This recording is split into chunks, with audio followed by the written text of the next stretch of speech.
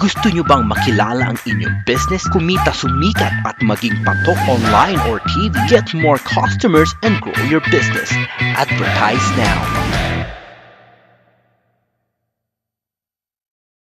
From the studios of Litter News Philippines, Errol Dakame of Tamaong Asep.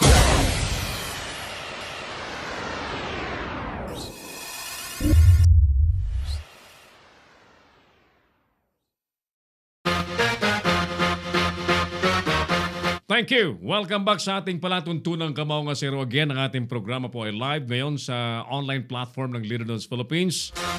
At mamaya pong 5:30 tayo po'y mapapanood nationwide via Pinoy Extreme Channel Television. Available po nationwide.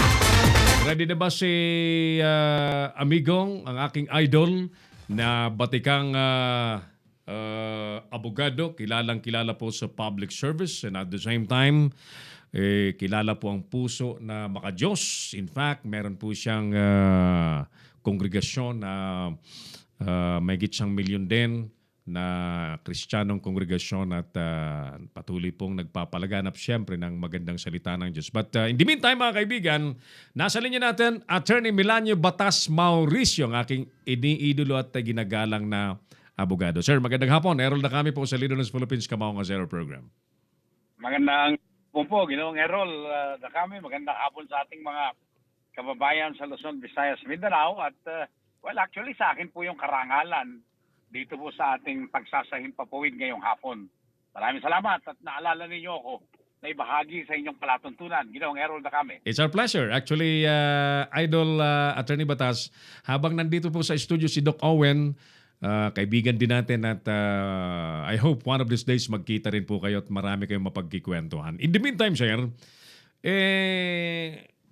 ano ba itong anong tingin mo rito?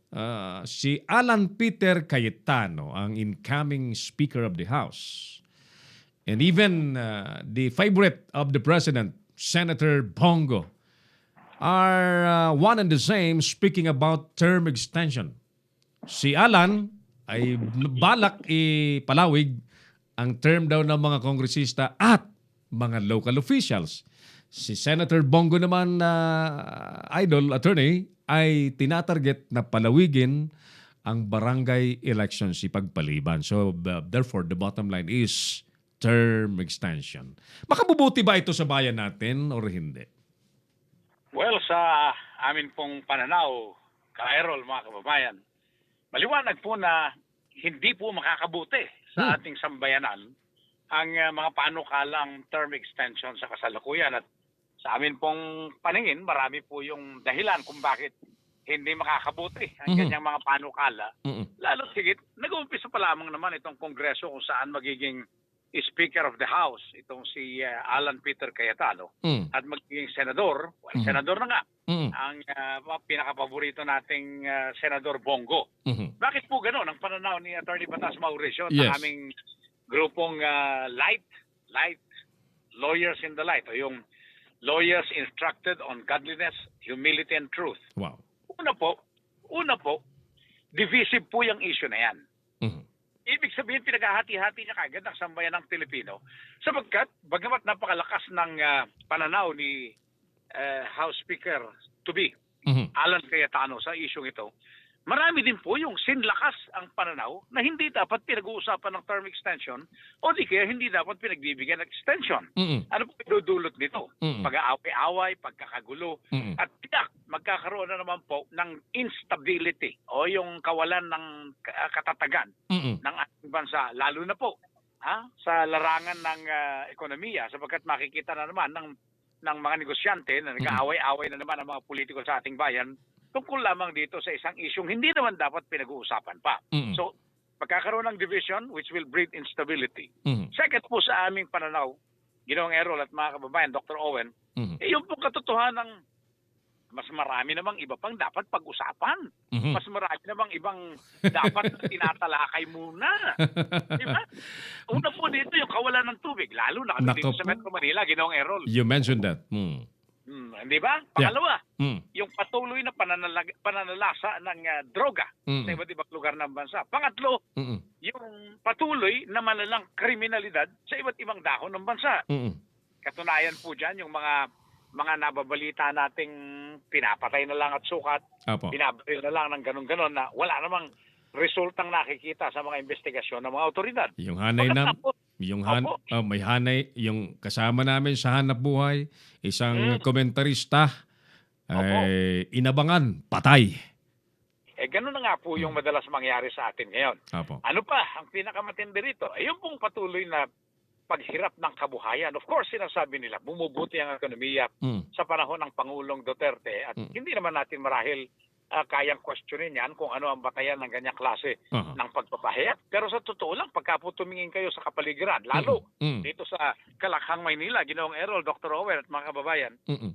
kitang-kita nyo namang napakarami pa rin ang naghihirap, napakarami pa rin ang tunay na walang makuhang maayos na trabaho. Mm. At dahil dyan, talaga namang kumakapit kahit sa patalim, sa pagnanakaw, pang-hold up, pang-snatch, at kung ano-ano pang kababuyan sa kanilang buhay para magkapera lamang. Sa Yun po karanasan. yung, yun po yung dapat pinag-iinteresan muna Opo. ng isang kagaya ni Alan Peter Cayetano. Tama Hindi po. po yung term extension. Tama po.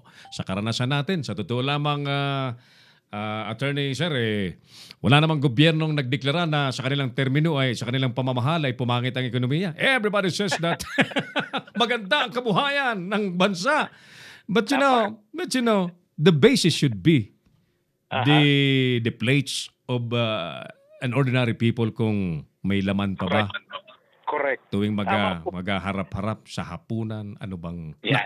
nakalagay na paghahatid. Tama po kayo. Apo. Kung wala na po sanang nagtutungo sa labas ng bansa Yeah. upang magtrabaho, magpaalipin, Mm-mm. magpahirapan ang kanilang mga sarili upang kumita lamang ng konting dolyar, pwede na natin talaga sabihin napakahusay na ng buhay dito sa ating bayan. Tama po. Kung wala na po sanang nagbebenta ng droga, mag-asawa pa kung minsan, matatanda pa kung sa karamihan, Totoo. mga kabataan ang napakarami niyan, masasabi nating mabuti na ang ating buhay. Tama Pero po. ito pong mga ganitong pangyayari ay nagbabadya. Ipagpaumanhin po ng Pangulong Duterte Mm. at ng kanyang mga economic advisors at iba pang supporters. Mm-mm. Malaking kabalintunaan yung pagpapahayag na gano'n. Samantalang nakikita mo namang talamak ang ganitong mga ebidensya ng kahirapan. Kumbaga, sabi po nung ating advertisement sa isang soft drinks nung tayo mga bata pa, Ginoong Errol, Mm-mm. kitang-kita ebidensya.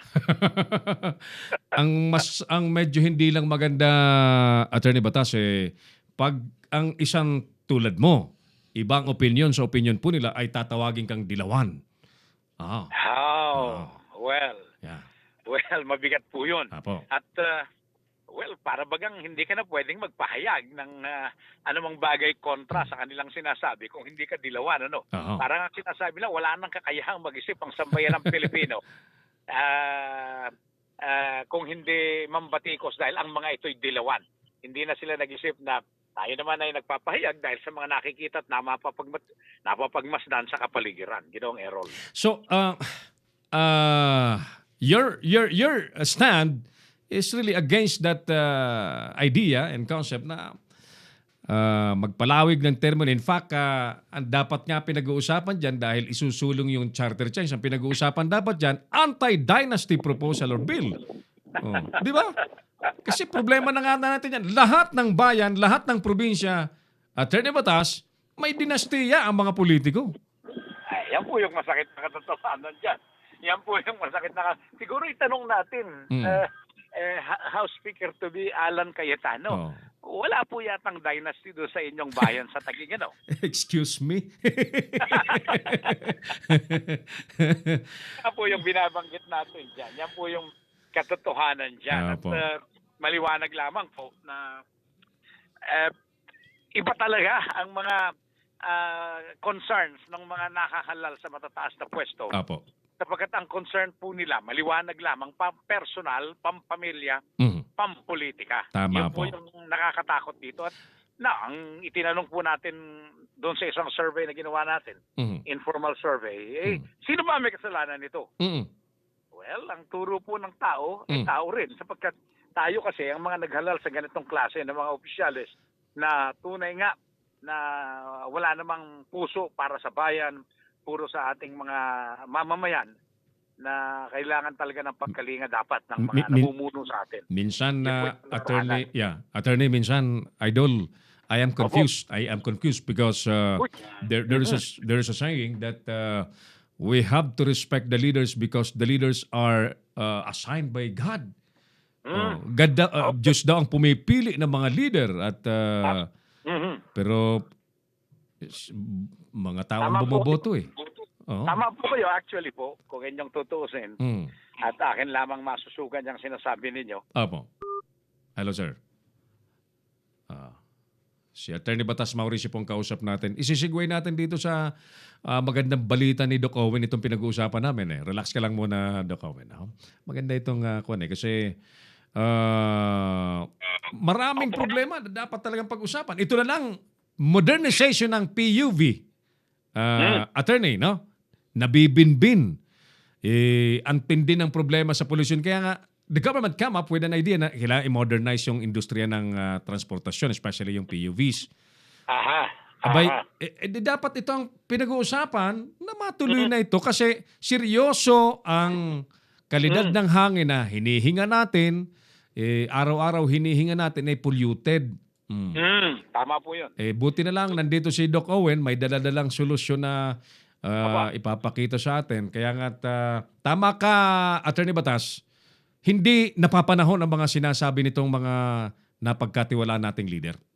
Ayan po yan. At tunay nga po na kung minsan, kailangan nating pagsisihan ang mga naging kasalanan natin sarili sa ating bayan. At pagsisihan, pinahihintulutan pa natin itong ganitong klase ng mga kandidatong mamuno sa atin. Yun po yung masakit.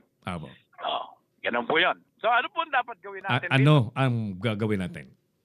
Well, kailangan pong magbago ang Pilipino at sabi nga po ng isang kanta, di ba, yung umaawit para magkaroon ng kapayapaan. Alam po kung kabisado ninyo yun. At, kantahin mo nga, bigyan mo nga kami ng isang linya dyan, Attorney Batas. Ganito po. Dr. Wen, sandali po Ito po. Let there be peace on earth. Tapos yung dulo. And let it begin with me. Parang gano'n, di ba? No. Di ba? Parang kailangan natin ng pagbabago. Kasaan natin sa ating mga sarili. Paano po yun? Huwag magtatapon ng basura sa labas ng bahay. Tama. Huwag papayag na nasa Kongreso daw ang basura, Attorney Batas. Nasa Kongreso daw ang basura. Yun po yung mga basurerong kumikita sa pawis ng bayan. Yan. Yun po yung mga nandun. But yung pong mga ganon, pagka po, marami pa rin po yung pagkakataon. Halimbawa, sa mga naglilingkod sa gobyerno, mag-uuwi ng stapler, mag-uuwi ng coupon van. Konti lang naman. Inyet. Mag-uuwi ng ballpen. Pag nanakaw pa rin yun eh. Yun na nga po yun. So, pagka gusto talaga natin na magbago, kailangan po nating baguhin una ang sarili natin. Dito sa mga kababayan nating mga nagmamaneho sa lansangan, singit kaliwat kanan, walang pakundangan sa mga tatamaan nila o di kaya sa mga sinisingitan nila. Teka muna, magbago tayo. Tila-tila ng maayos upang sa ganon, mabilis ang takbo. Ganon lang naman po. Tama po. Mag-umpisa tayo sa tunay na pagbabago. And alam po ninyo, yung pagbabago sa sarili, hindi po yung kung paano lang sinasabi ng isang nag-aaspirang leader. Change is coming. Yung pala, change is coming. Letter S-C-A-M-I-N-G. Diba? Kaya medyo masakit po. Nagtiwala tayo lahat. Nako, handa-handa ka sa page mo. Baka i-bash ka, Attorney Idol, ha? Mabuti nga po. Sanay naman ako nababash din eh. Ang akin lamang, sa sarili kong wall ako hari, hindi mo ko pwedeng ibas doon, tatanggalin kita roon. Kailan bang sunod na meeting po ng Light Group? Ang tinutukoy niyo po ba yung mga organisasyon ng mga abogado? Sinasabi niyo ba yung Light? Meron po kaming weekly na pagpupulong at amin pong binabalak. Yan pa isa, Opo. Magkakaroon ng kaso tao, hihingi ng katarungan, pero kung magkakaroon ng pagkakataong mansuhol, Ayun. Aba, ayaw. Ayaw. Ayun po yung ayaw ng mga abogadong kasapi ng Opo. right. Lawyers, instructed on godliness, humility, and truth. Ano po ang ibig sabihin yan? Mm. Ang ibig sabihin po ng grupong yan, panahon na upang ang isang usapin Mm-mm. ay mapagpasyahan ng mga kinaukulan batay sa katotohanan at katarungan. Yes. Pagkabinig, walang sugulan, Mm-mm.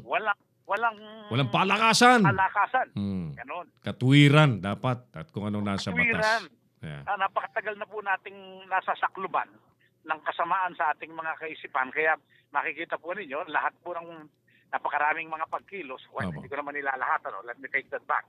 Mm. Napakarami pong mga pagkilos sa mga labanan sa hukuman Mm-mm. na alam naman nating hindi dapat gano'n ang kahihinatnan, pero nagkakaroon ng milagro sa resulta. Totoo po yun. Oo. Bakit po gano'n? Opo. Na nating may milagro. May Ayaw milagro. po ng mga abogado ng like yung gano'n. And we Lawyers- support such group. Yes. Oh, gusto naming suportahan ng mga ganyang uri ng grupo. Oh. Tama po yan. Maraming salamat sa inyo. Yeah. I'm Alright. even thinking of creating immediately your time slot dito sa Leader News Philippines para mas malawak ang ma-educate natin sa mga bagay-bagay ngayon. Gusto ko lang itong makaharap mo si Doc Owen very soon dyan sa susunod mong meeting, kasi ito'y maitutulong ito sa tropa natin na Opo. may papaliwanag itong magandang bagay. Opo. Sa kalusugan at sa Yan. paggamit ng tama ng sasakyan natin, ikinararangal kong maipakilala ito sa iyo sa grupo mo, Attorney Batas. Meantime, Maraming salamat po. i-finalize natin, Attorney Idol, yung slot mo rito sa Leader Notes Philippines para yung Sige nga po. Opo. yung naglalagablab na paglilingkod sa bayan na nais mong may pagpatuloy on a private capacity ay mabigyan natin ng buhay. Maraming salamat po, Ginoong Errol Dacame. At again, ulitin ko po at ito hindi ko inuulit lang para lamang masayahan ang inyong tenga. Inuulit ko dahil nagmumula po ito sa puso ng kakampi mo ang batas. Kami po ay nagpapasalamat kung bibigyan nyo kami ng pagkakataong ang paglilingkod sa pamamagitan ng pagliliwanag sa mga karapatang legal Yes, sir. ng ating mga kababayan ay masama dito po sa Leader News Philippines. It's our pleasure to have you in our... Yeah. Let's do it, Attorney Batas. Yes, sir. Thank you po. Thank you. All right. Okay. Thank you. Magandang hapon po. Attorney Milanio Batas Mauricio, ang ating kaibigang abogado. Anchor po ng batikan at kilalang programang Kakampi Mo ang Batas very soon dito sa Leader Notes Philippines. Yung meeting ng mga abogado, sir, dadalhin natin yung magandang balita mo doon ng GTO. Lahat yan, may mga maraming sasakyan na ginagamit. Break muna kami at pagbabalik po natin mga suki, ano ba itong sinasabi ni Doc Owen? Marami kaming pinag-uusapan off mic na GTO makaka-arrest ng pollution, gaganda ang performance ng inyong pong mga vehicle engines. Gusto ko pong marinig po ninyo yan direct from the horse mount, from Doc Mark Owen. Mamaya sa pagbabalik po ng Palatuntunang Kabaong Asero. Magbabalik si Errol Dacame sa Kabaong Asero. Bring your business over 1 million TV or online. Reach your target customers anytime, anywhere. Your brand on TV or on the web. Get more customers and grow your business. Advertise now.